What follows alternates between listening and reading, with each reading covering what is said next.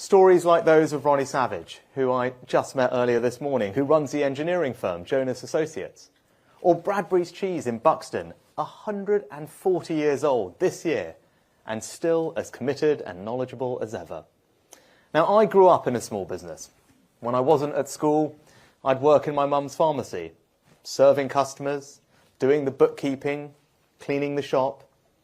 Our pharmacy shaped my beliefs about the economy. That pharmacy was ours. We owned it. We had a stake in its success. And if we worked hard, took pride in our work and provided a good service, business would improve. If we didn't, it wouldn't. And that's how it should be. That's the promise of entrepreneurship. Now, I know that that promise has come under strain. COVID, war in Ukraine, inflation, all caused major disruption, drove up the cost of doing business.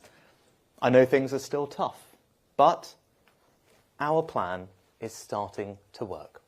Inflation, more than halved and falling fast. Growth, higher than anyone expected. Debt, on track to fall. But there is more that we need to do to restore that promise of entrepreneurship. So let me share 3 big steps we're taking to help small businesses. First, we're cutting your taxes. Your money is far better spent by you than by government. So we've increased the VAT threshold to £90,000 for the first time since 2017. We've taken 2 in 5 small businesses out of paying any employer's national insurance at all, thanks to our employment allowance.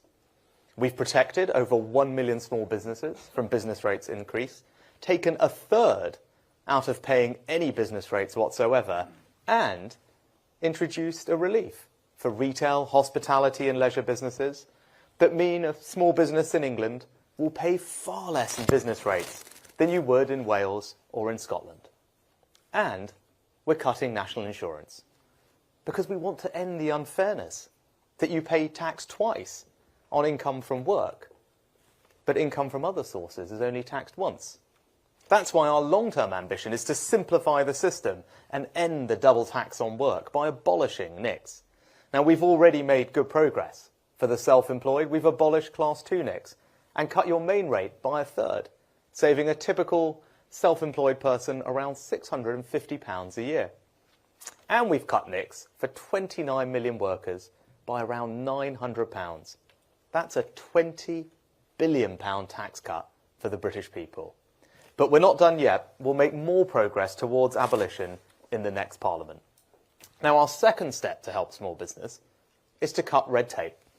Since leaving the EU, we've revoked or reformed more than 2,000 EU laws, with 500 more coming this year, delivering more than £1 billion of savings for businesses and customers. But today, we can go further. We're announcing a new simplification package expected to save small businesses around £150 million a year.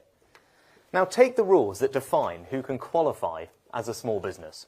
It really matters, because if you don't qualify, suddenly you're hit with a load of extra paperwork. But now, we get to decide these definitions, not the EU.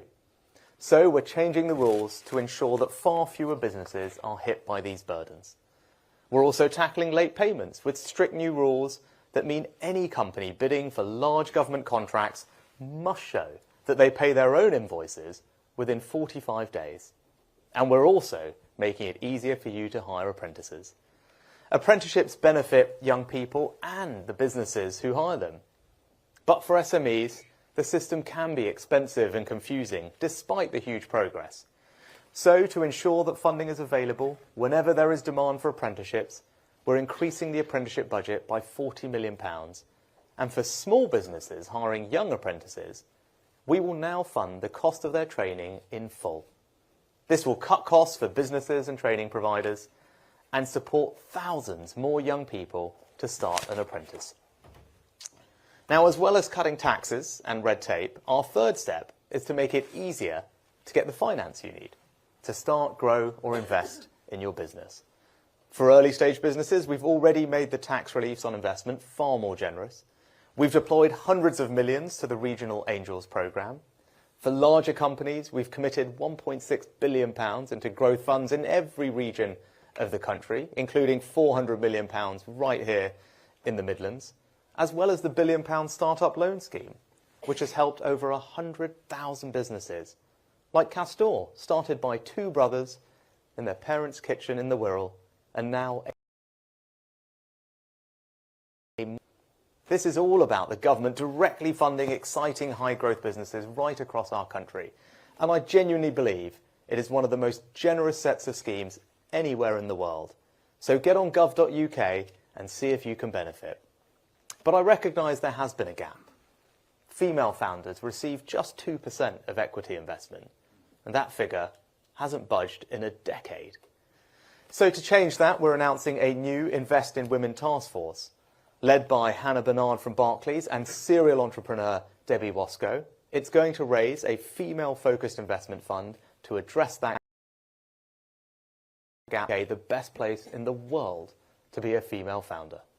So, lower taxes, less admin, better access to finance. That's how we're backing our small businesses. Because in the end, the economy isn't some abstract thing. It's about you. 5.5 million risk takers, growth makers, job creators. And our role is to create the conditions for you to thrive, to make sure that your hard work and aspiration is rewarded, and to restore that promise of entrepreneurship. We're not there yet, but we are absolutely moving in the right direction. So let's stick to the plan and build a better, brighter future together. Thank you.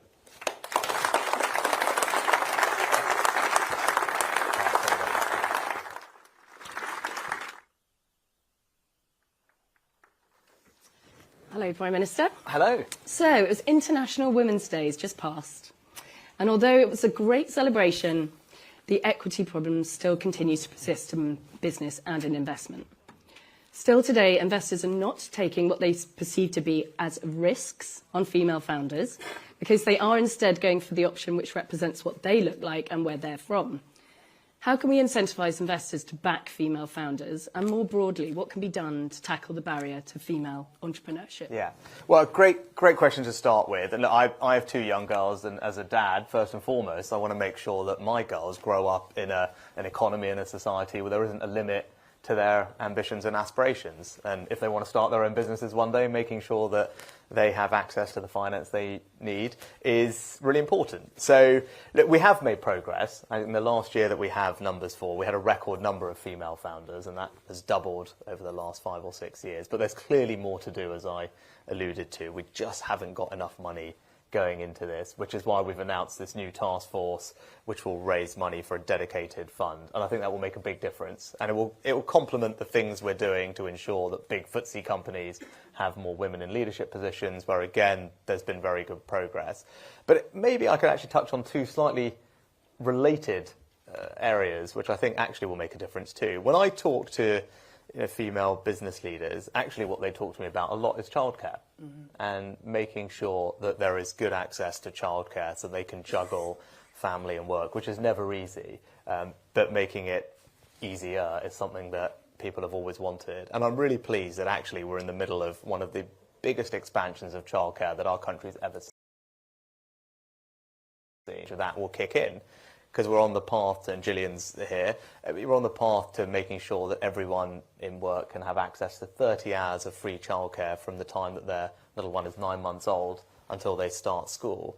And when that is fully rolled out, I think it will be transformational, particularly benefiting female founders. So that's the first thing, I think, to focus on. And as I said, and Gillian could talk about it later, but in just a few weeks' time, that's about to start happening.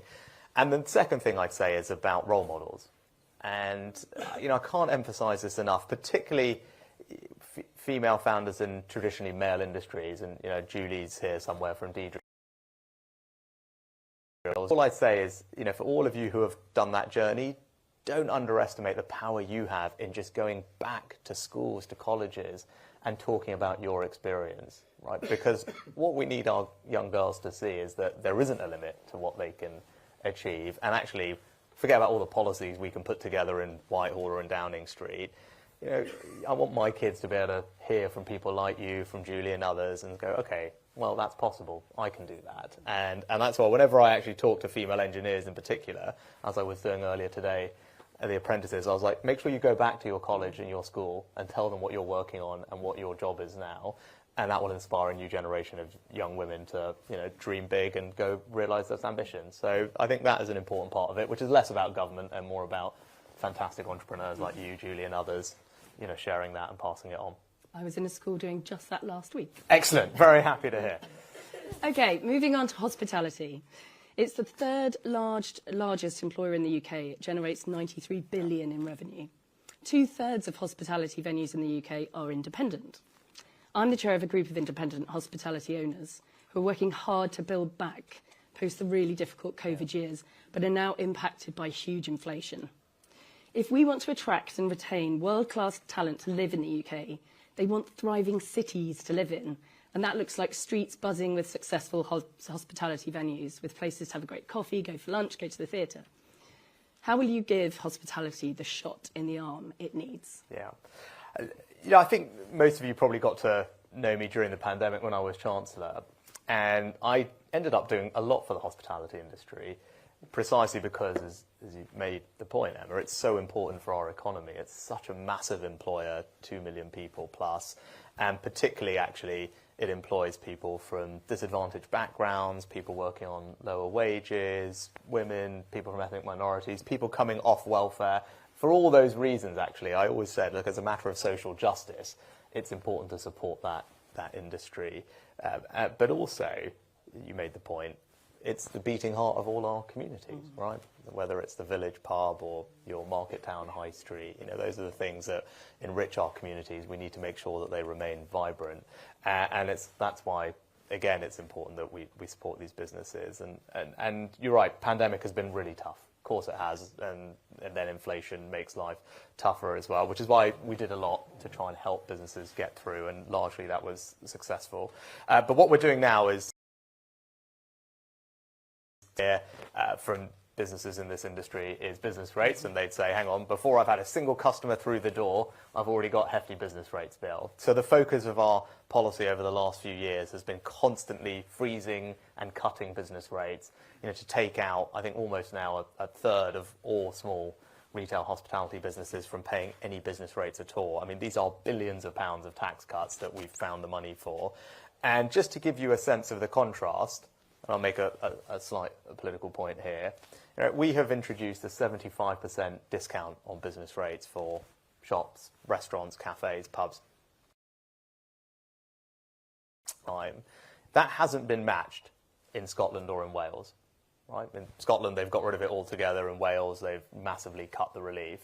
And that makes a huge difference. So for a typical pub, rateable value about 30 grand, in England, their business rates bill is going to be £4,000 this year. It's not going to change. In Scotland, I think, in Wales, actually, it will be more than double at 10,000. And I think in Scotland, it will be 15,000.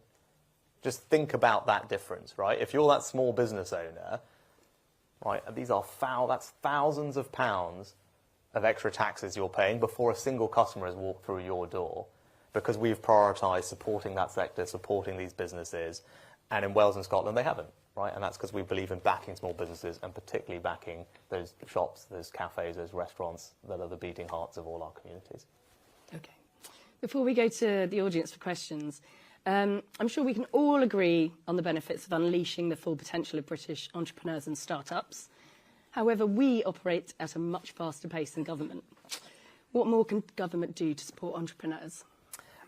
Yes, you do all operate faster than government. Well, I mean, hopefully, first of all, it's having people in government that understand business. I think, whether that, you're sitting here, right? And I've got ministers here. You've got Kemi, Kevin, Gillian and me, all of us come from a private sector business background, right? Kevin founded his own business, right, very successfully. All of us have been involved in business all our lives. And hopefully the fact that we understand business ourselves mean that we can try and make policy that benefits you and try and move at a pace that will work for all of you. Look, I think the couple other things I'd say is making sure that we create an environment where you can innovate fast is really important, because ultimately that's how we drive growth. So whether it's supporting R&D, the grants from Innovate UK, which we've protected and increased over time, and making sure our programs like Help to Grow are in place to give you the tools that you need, so you're not reliant on us, but we can provide you with the support and advice that you need to take your business to the next level, I think is the right approach. Because we're not going to make every decision for you. You guys know how to do that. We just need to provide that environment. And I talked a little bit about the overall macro environment. That's our job, right, is to make sure inflation is coming down, interest rates are coming down, more money is going into people's pockets to spend in your businesses, making sure regulation and red tape is being cut, as Kemi's been doing brilliantly over the past year, because that just makes your life a bit easier. Making sure we have apprenticeships and apprentices for you to power your business, as Gillian's been doing, and the announcement today is further proof of that. Right, that's our job, right? And then your job is to go and do what you do brilliantly, and we'll try and get out of your way. Thank you. Okay, open to the audience for questions. Julie. Hi, Julie White. I'm Dedrill. I'm from Managing Director and owner of Dedrill and Soaring, and we're from Coventry. So thank you for coming and supporting our amazing city. From our business, we are 75% of all our employees, of our apprentices, have come from apprenticeships, and it's the only way that we can grow our business, because we cannot get a concrete cutter from college, from university, from school. So your announcements today is fantastic, but we seem to have devalued apprenticeships in the UK, because the only way into industry or any fantastic job is through university. So I feel that we should rally more for apprentices. We should really be backing them. And as you said, a woman running a concrete cutting company, we can do anything. Also, like the construction industry right now, this week, we open doors. And so I've got 5,000 school children and college people and university coming into over 250 sites in construction. So we're showing them there's 2,000 different jobs in construction. So that's what we're trying to do in construction, but we need the young people to come into apprentices. So your fantastic announcement today, I can see it, but how do you think it's really going to work for us SMEs, the ones that are employing, the ones that have got the technology, the ones that are doing the do? Yeah. And remember, £1 spent in construction, £3 goes back to the great economy. 1 in 10 of us is in construction. So how do you think it's going to fit? What you've announced this morning, how do you think it's going to work? Perfect. Thanks, Julie. Well, and nice to be in your hometown. Any Coventry fans in the audience? Yeah, good weekend. So, look, I'll get into the policy stuff in a second. But if you just want to know, in a simple one sentence, how important apprenticeships are to me, then I'll just tell you this. For the first time in our country's history, we have an apprentices education secretary. Right, and she's sitting in front of you. So we'll get into all the policy stuff in a second, but for anyone who wants to know, do I care about apprenticeships? Do I believe in apprenticeships? Yeah, for the first ever time, we've got an apprentices education secretary deliberately, because I think they're fantastic and we should champion them every day. You know, from a kind of, let's get into the detail of it. I think what you said was right a decade ago about the perception of apprenticeships, but because of the work over the governments over many years now, since 2010, I think we have changed that, right? But in 2010, there were no quality controls properly for apprenticeships, so they had been devalued, right? But we introduced the Institute of Apprenticeships. We have now 650 standards that we created in conjunction with all of you and your trade associations to make sure that these are quality apprenticeships, and we got rid of the ones that weren't. We put proper training in there, and we created the apprenticeship. And now is completely, radically different from what we inherited in 2010. And it is now a world-class system. People always say, oh, Germany, Germany. We have way more jobs in our country that you can do through an apprenticeship than they do in Germany. In fact, twice as many. Right? I mean, it's very counterintuitive, right? You wouldn't expect that, but that's how much of a good job we've done making sure that we've got apprenticeships for everybody over the past few years. Now, making sure that small businesses in particular can access them is important. Why? Because small businesses disproportionately hire young apprentices. And we want to make sure that all the fantastic people that I met this morning have the opportunities they need to have fulfilling careers. And that's why the announcements today are important. So, you told us that the bureaucracy of onboarding the whole apprenticeship was a nightmare. Kemi, Gillian, Kevin and others took it away. And we fixed it, and now it's, you can see in the data, way easier and better for you, so hopefully you appreciate that. And then you said, look, it's the contribution that we have to make means that we can hire less. So today we've announced that we're scrapping it. So it will be completely free for you to take on that apprenticeship. You won't have to pay for the training. We'll do all of that. And thirdly, what you've said to us is there are big, large businesses that want to spend their levy with small businesses, but we've got a cap on that at 25%. So we've taken that all the way up to 50% today. I think so those things taken together are going to mean that tens of thousands more apprenticeships will be created, and that's going to be brilliant for young people. But the thing all of us collectively need to do is to change the culture in this country. Now, we're going to do that and do our bit, and Gillian can do that better than most. But all of us need to make sure that young people know that having an apprenticeship is a fantastic route into work and to build their life and their career. That's what we all believe. I don't think everyone has to go to university at all. Right? Apprenticeships now work for pretty much every career, and they're a great route for achieved. And one of the things I'm really proud that we did was put apprenticeships on the UCAS system. Well, that might seem like a small thing, but in the classroom, my view is there shouldn't be this artificial divide between all these people going off to university, get to do this UCAS process, and everyone who's not doing that somehow is a second-class citizen. That can't be right. So we've just got to end that kind of distinction, and just putting apprenticeships on the UCAS system is another step to changing the culture. Having people like you and everyone else champion it as a model is how we're going to keep going. But I was meeting them all today. I mean, they are so excited about their future, all the young apprentices here. You talk to them about their career. I believe that our announcements today and the support of Kemi and Gillian and others means that we will have young people doing absolutely what they want through apprenticeships, and that's going to be something that's brilliant for them, brilliant for the country. Thank you. One more. George? Good morning, Prime Minister. My name's George Paul. I'm chairman and owner of a company called Bradbridge Cheese, in now our 140th year in business. It was less than 8 years ago that we were persuaded, pushed in fact, from the DBT, who changed our approach to being a home bird, so to speak, and we embarked on exporting with their considerable help. And today we do around £10 million a year into 20 countries as a direct result. I won't tell you the commercial benefit that brings, but you can be assured as a Yorkshireman, I need that certainty that that it's a good return, and it has been. What advice could you give as Prime Minister for budding entrepreneurs, small companies, both in food trade and allied trade and all the rest of the great British industry, to take that leap to look for success and do it a little earlier than I did? I wish I'd done it 25 years ago, but there wasn't the environment. The environment's got better and better to support exporters, and to do it for themselves, to do it for the company, and do it for the country. Yeah. Well, George, I think everyone will want to join me in just saying thank you to you and your family for what you've done, actually. It was really impressive.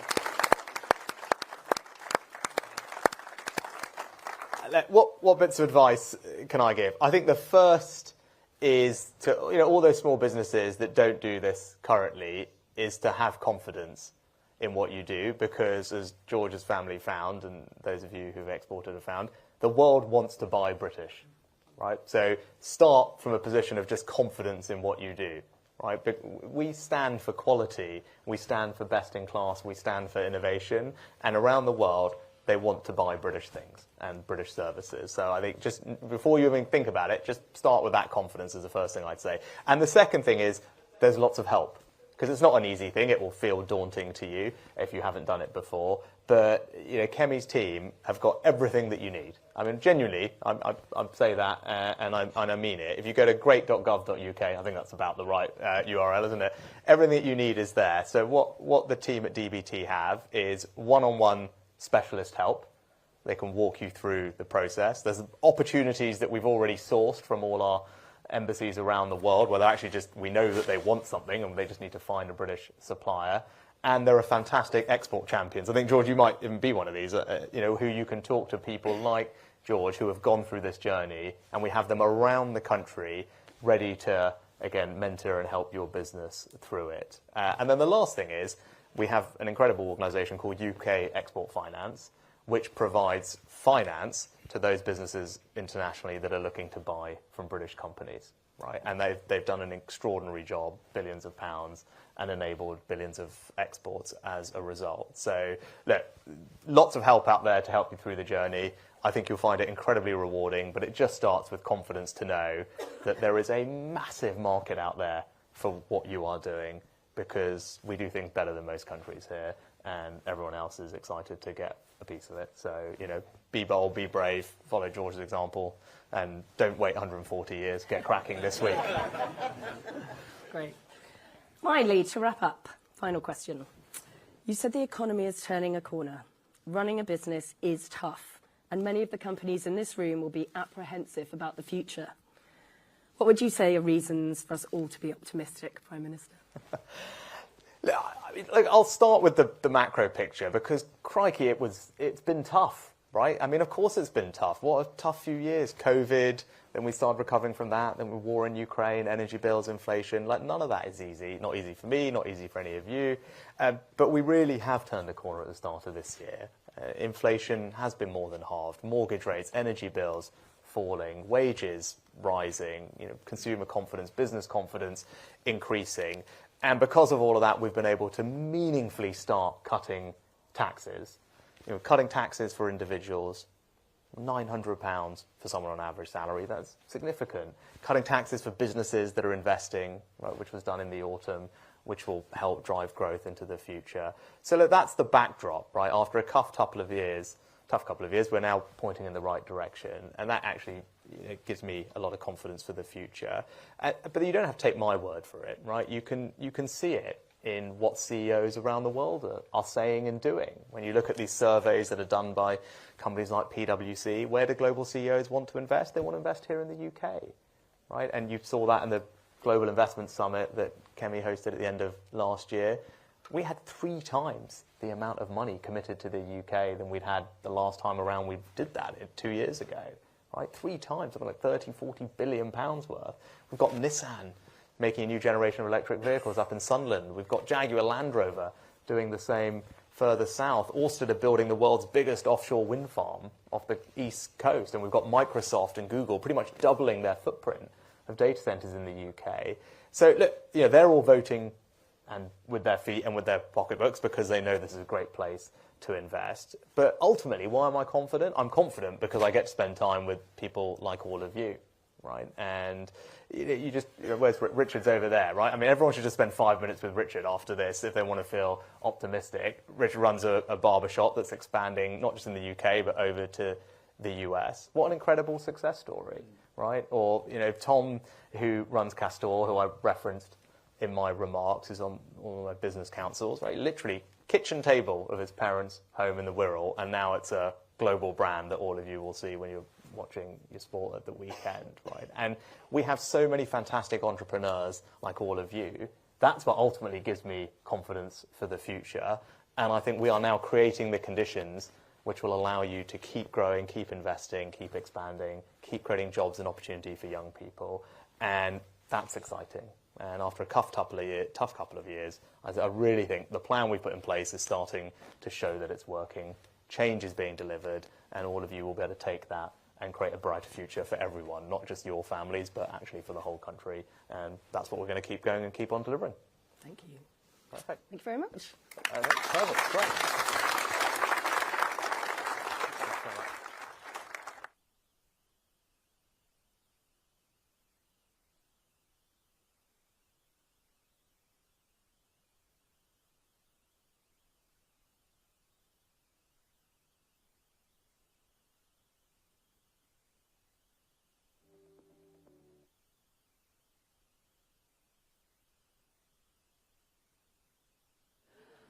All right, everyone.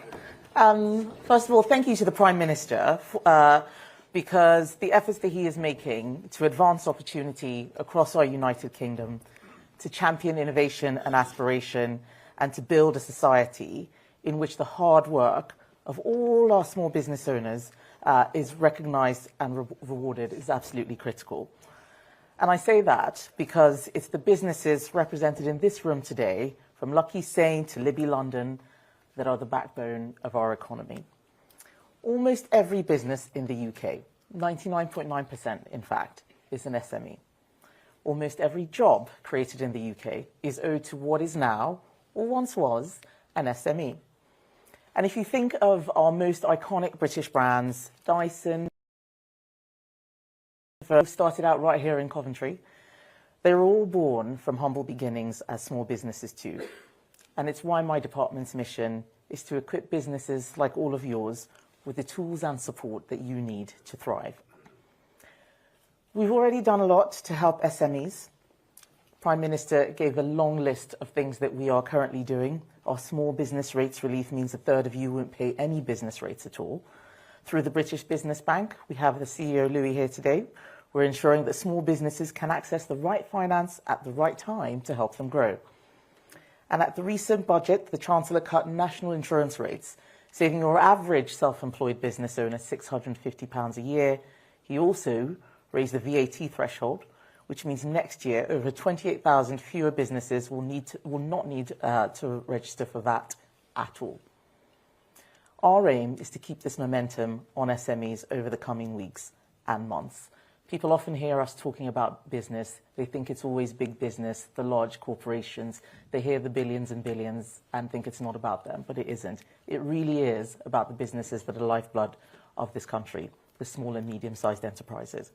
So we've just launched our Help to Grow campaign, offering a full suite of cross-government support for small and medium-sized businesses all in one place.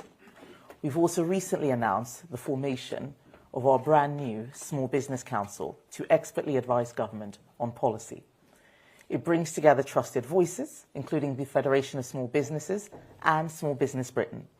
But crucially, it also includes small business leaders, and I'm pleased that Thomas Robson-Kanu and many of our council members are in the audience today. We've just heard from the Prime Minister about what the government is doing to support small business. My department is playing its part too. Last year, we invited applications from companies to temporarily suspend tariffs on key imports that you need, from chemicals to ceramics to fruit and vegetables. And today, I can confirm, we've accepted over 150 applications for new suspensions. This is a big boost for companies of all sizes, and we're reducing the cost of these imports for their business. We also want homegrown companies to compete with the best of the best in the global market. And that starts with ensuring that every small business owner feels capable and confident in using cutting-edge digital technology. It's why my department recently announced a new digital adoption task force, helping SMEs to supercharge their productivity by using all the new digital tools that are there at our fingertips.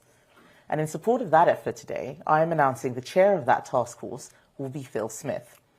Phil brings with him a wealth of experience as the chairman of IQE, the former head of Cisco, and the chair of Innovate UK. Just 20 minutes down the road at the Coventry Transport Museum is the Thrust SSC. It's the British-built vehicle that holds the land speed record that has stood for 25 years. And sitting alongside it is the Bloodhound LSR, the latest machine hoping to break that record.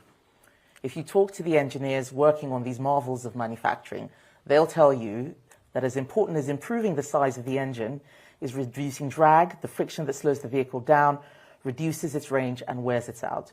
And as an engineer myself, I know that this principle applies to business too.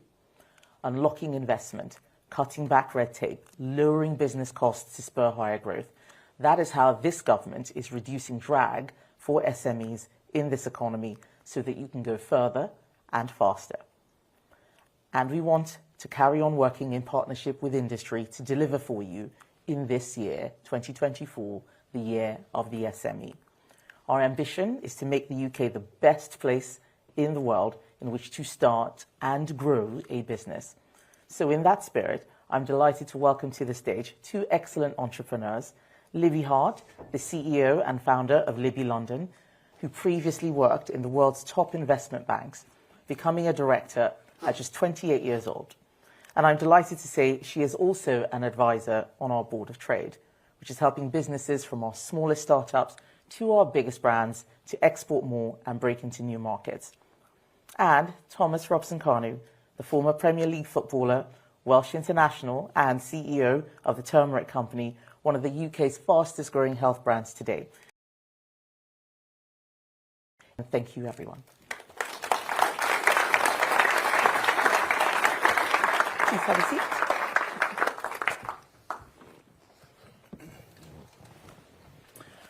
All right, so it's a real pleasure to have two successful entrepreneurs here talking about their experiences of setting up a growing business here in the UK, so thank you. And I hope that we'll have some time to take questions from the audience as well. But I wanted to, first of all, start by saying that as government, we understand the challenging environment that business has been operating in. If I think about when I first started in politics, had coalition governments, changes in policy, there's been Brexit, there's been COVID, a war in Europe, now a war in the Middle East, difficulties with supply chains, in the Red Sea. I think what is actually phenomenal is that our businesses are still here, are still working, thriving and growing. So it's a testament to all of you.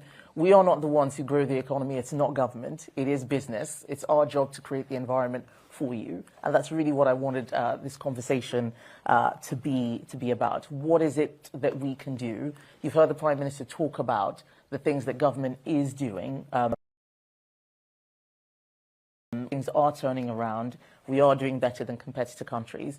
But speaking to small business owners and entrepreneurs like yourself will be helpful, like yourselves, pardon me, will be helpful for us in terms of forming new policy. So I'll start off very briefly by asking both of you, just as an intro to the audience, to tell us more about your company's journeys and the challenges and obstacles that you have had to overcome. So we'll start with Libby and then Thomas.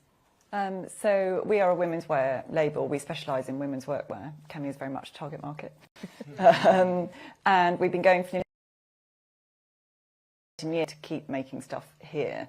So for the first 10 years, we made absolutely everything here. And even now, it's become a bit more challenging, but we still make 30% here. And I guess that's our single biggest challenge, because being able to make here makes us more attractive abroad. And that, for the future, for us, that's our key selling point, really. Thank you. Thomas? Yes, so my father and I launched the Turmeric Company in 2018, and the premise was to bring a range of natural, health-focused turmeric shots, which were originally a family-made recipe, to market. And in order to do so, we had to become a manufacturing business as well as a brand.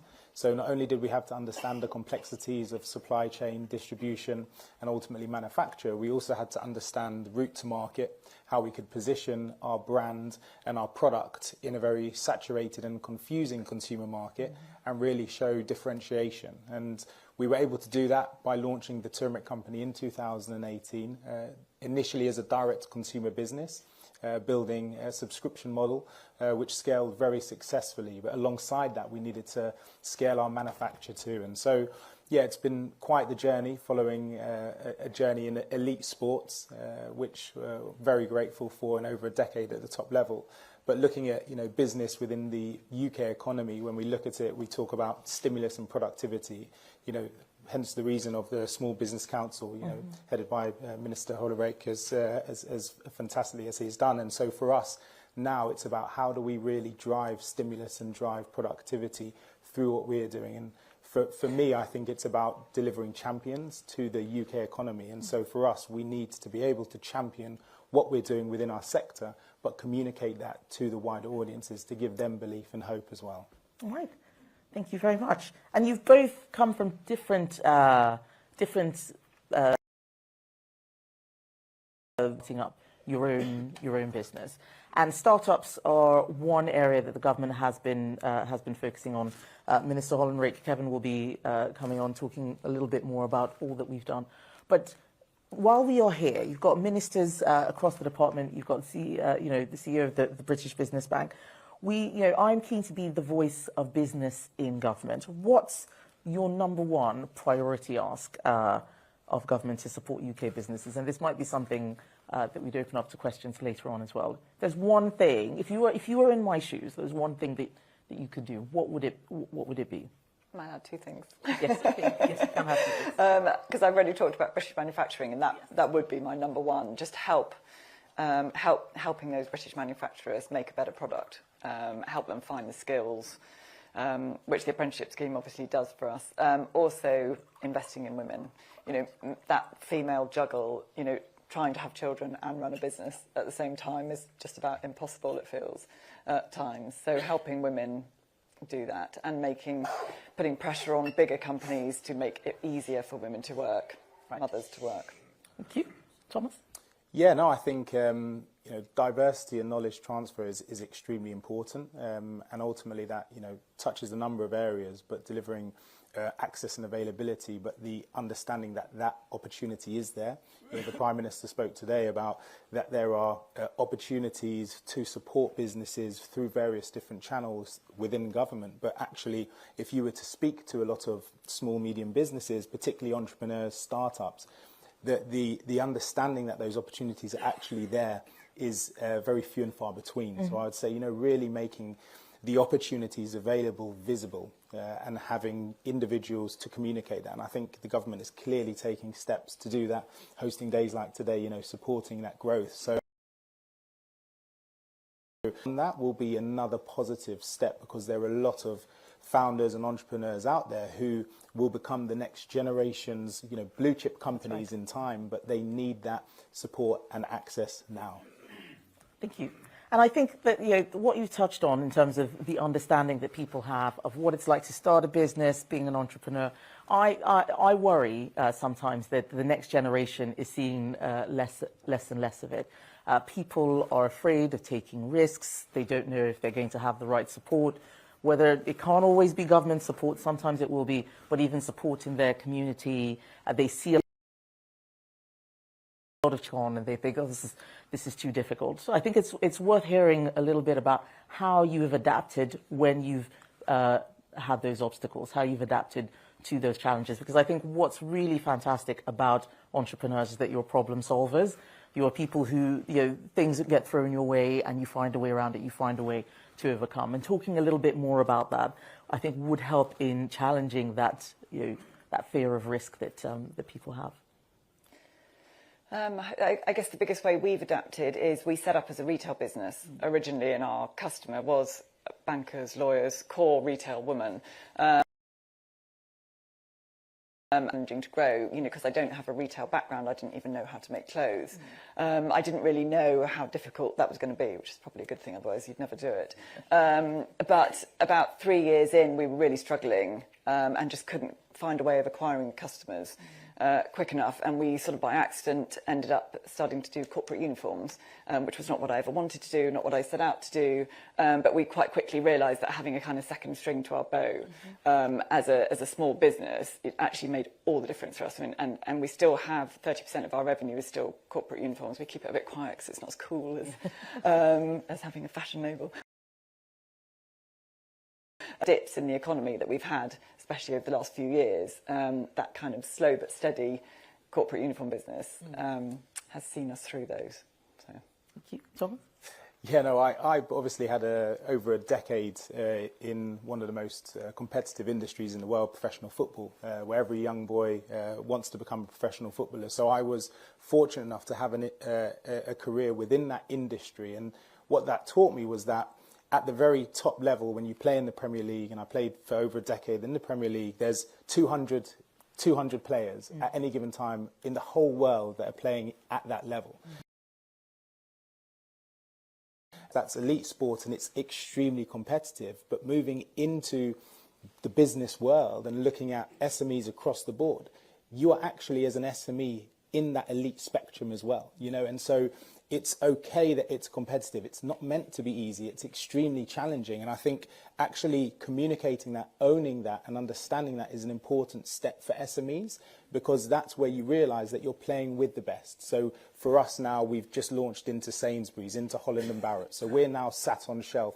Our turmeric shots are sat on shelf against, the big boys. And we're stealing shelf from those, large corporates, blue chips within the food and beverage industry. And so for us, we have to really understand that it's not meant to be easy because it's a very competitive industry, but actually acknowledging that and owning that is a really important step for any SME, because it makes you get on with it and it makes you look at the opportunities to ultimately compete at that level. All right. So I'm going to ask one final question before we open up to questions from the audience. I'll start with you, Thomas. It's the same question to both of you. What do you know now that you wished you knew when you were starting out in business? Yeah, I think from my perspective, again, we're fundamentally products of our environment. So my environment, again, I'll reference back to sport. And within sport, you have to play in a team, when you play professional football or rugby or hockey or whatever it is. And so even individual sports such as tennis, you still have a team, your backroom staff, your physiotherapists, everyone. And so stepping into the business world, it took me probably 1 or 2 years to really understand that actually it is exactly the same. You are only as good as the individual standing next to you. And actually when you have the right individuals within your organisation and the right individuals in the right seats within your organisation, that's when you begin to flourish. So I would say, a real emphasis on team, knowledge, skill, and being able to transfer that into the business to apply that knowledge to make it effective is key. And that's what we're beginning to see now. Louis? For us, international growth, without a doubt, which is ridiculously something I just ignored for years and years. And I was so focused on growing our customer base here. I just didn't really think about it. And actually, it did genuinely take a conversation with DBT for me to think, why are we not doing this? We were spending a lot on our social ads here and our Google ads here. We do hundreds of thousands of catalogues here, and we just never tried to do them abroad. In the last couple of years, we've really changed that, and it took the tiniest tweak on our website. I always thought we'd have to build this, and it literally took me, I think, 2.5 minutes to turn that on. And why didn't I do that years ago? And now that revenue stream is really, really helping us, again, especially as it's been a little challenging here recently. That's really helped us, so growing internationally. Thank you both. And now questions from the audience. They can be to any of us. The gentleman in the middle. Sorry, the lights are very bright, so I may not see you. Please keep your hands up. Yes. If there's a microphone going that way. I could project this way, sorry.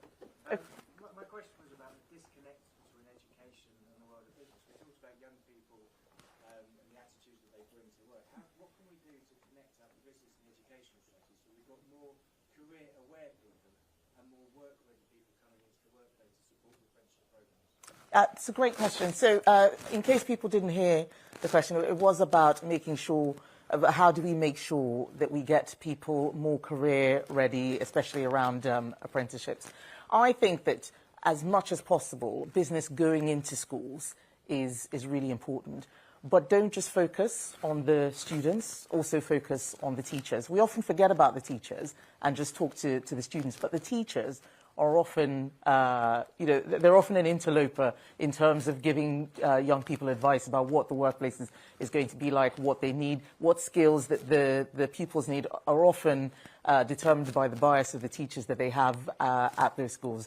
When I go out in my constituency and speak to students, they often tell me that, oh, well, my teacher said this, and it's very different what teachers' experience of the workplace is actually from what local businesses' experiences are. So yes, having apprenticeships, starting as early as possible, because not everybody is going to go to university, getting them in to work, getting them used to what work is like is important. I think COVID in particular has had a very, very bad effect in terms of what people expect from a working environment. Working from home as well means that lots of people don't have those interactions, which they would, those social interactions where they would pick up many of the skills that you get almost by osmosis from being in the workplace. So we've got to work harder on that. The government has a skills agenda very focused on T levels as well as A levels, so that the things that employers need are being taught to young people, not just the academic skills that are good for exams and good for getting into university, but actually aren't that practical. But it's got to be a partnership between government, and not just national government, but also local government, schools and business. And I think that will help in terms of getting a generation career ready for the workplace, not just for getting their degrees and diplomas. Thank you. Yes, the lady in the front, please. Hello, my name's Sandra Murphy. I'm the CEO of Equidite UK Limited. Yeah. I created the world's first liquid feed for horses, and I'm the 9th black woman in the history of the UK to get a patent. And I go into schools as well, and I try and inspire young people. But I live in Lincolnshire, and the demographic in Lincolnshire means that there's very few ethnic minorities represented in that county. And there is a fact that less than 0.3% of black women get funding in the UK. Is there any sort of initiative there for women? I know there's one for women, but being a black woman in industry as well, and especially the industry that I'm in, which is predominantly very white middle class industry in equine, is there any campaigns or anything out there specifically to help black women to get funding in rural areas? Thank you. And I know what you mean. So I represent a constituency that is about 98% white, and yet people there voted for me. I look completely different from the average person walking down the street in Saffron Walden in Essex. So no, we don't have any specific ethnicity-based support programs, but that is for a particular reason.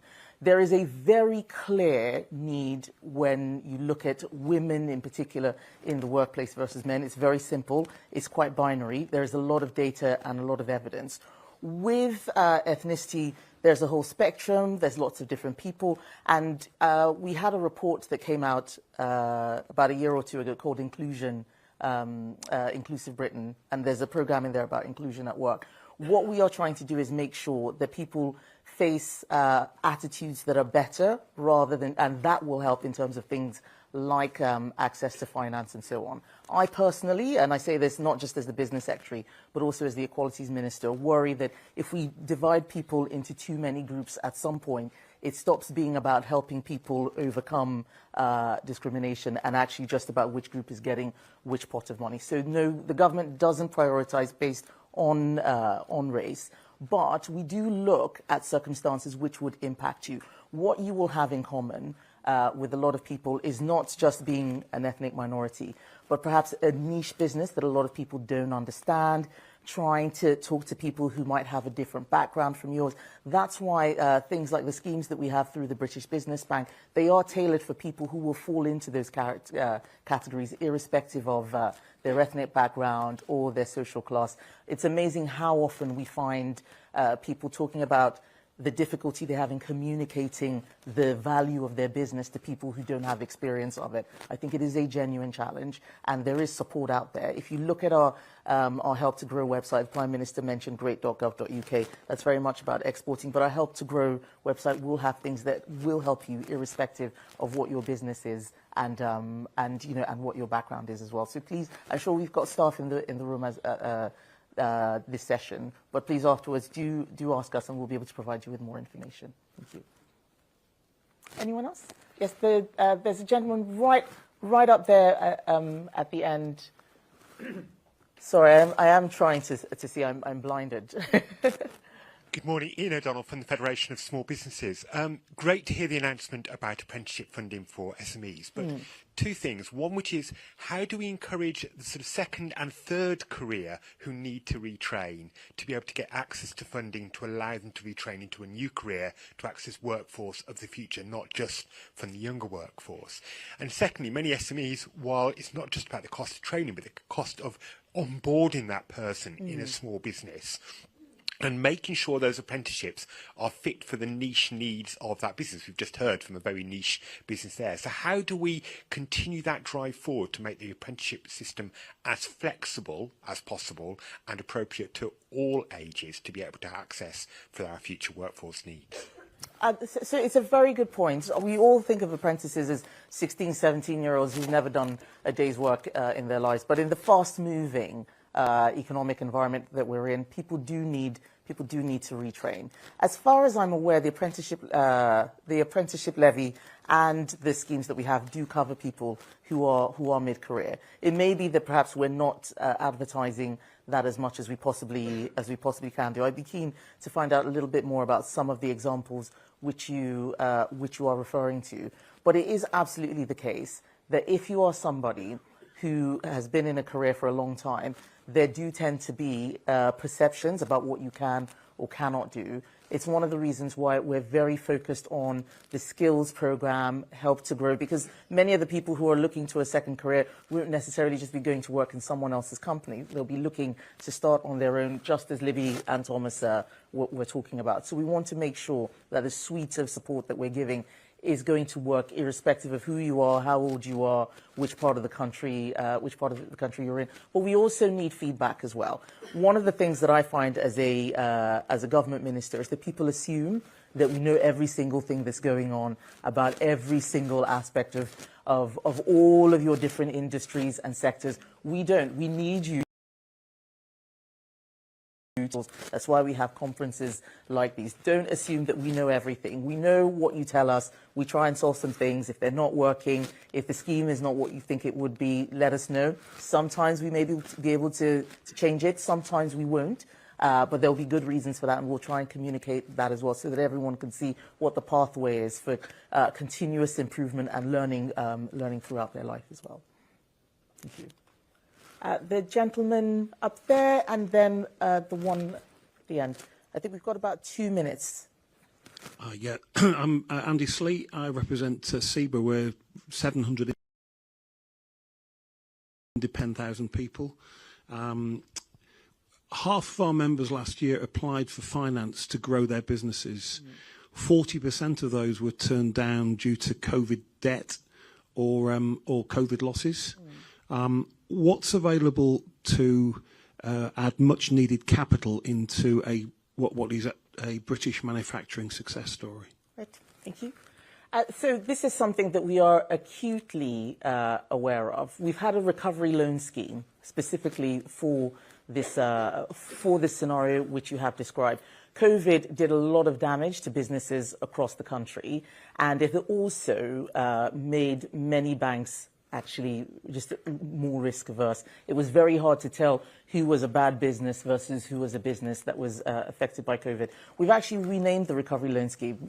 Kevin, remind me. Growth Guarantee Scheme. Yes, the Growth Guarantee Scheme. I've still got the old name in my head, because we don't want to label businesses as all being in recovery. We want to move on from the COVID period. The Growth Guarantee Scheme is one example of the funding that is available. But the £660 million that we announced today, I know it's Northern Powerhouse money, but it is again something that we're doing to tackle just that problem which you have described. You know, we're sitting in an advanced manufacturing centre.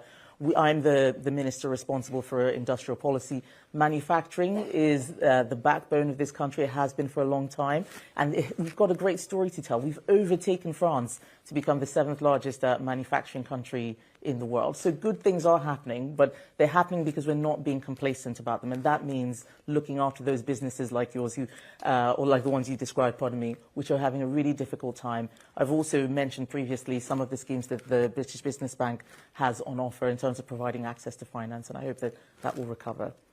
I've just got time for one more question. I'll take the gentleman over there, and then we'll wrap up. Hi, my name's Byron Dixon. I'm the CEO of Microfresh. We're an antimicrobial brand, and I'll make this quick because I know we're short on time. But you can see our name in things like John Lewis bedding with Microfresh technology. It'll last longer, bacteria can't grow. I've got 2 questions. One is access to government contracts. I think for SMEs, it's an easy way for the government to grow the economy, and that's either as a Tier 1 or Tier 2 supplier. In our case, I'm talking about mould, especially in MOD homes. And the other one is a question for Libby, is what is this 2.5-minute tweet you made to your website to sell it to the US?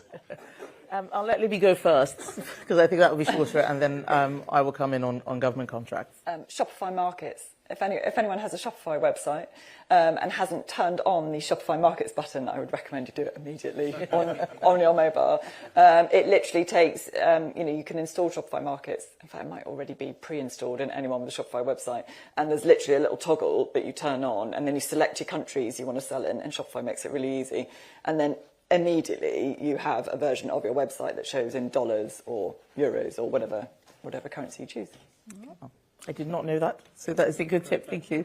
And on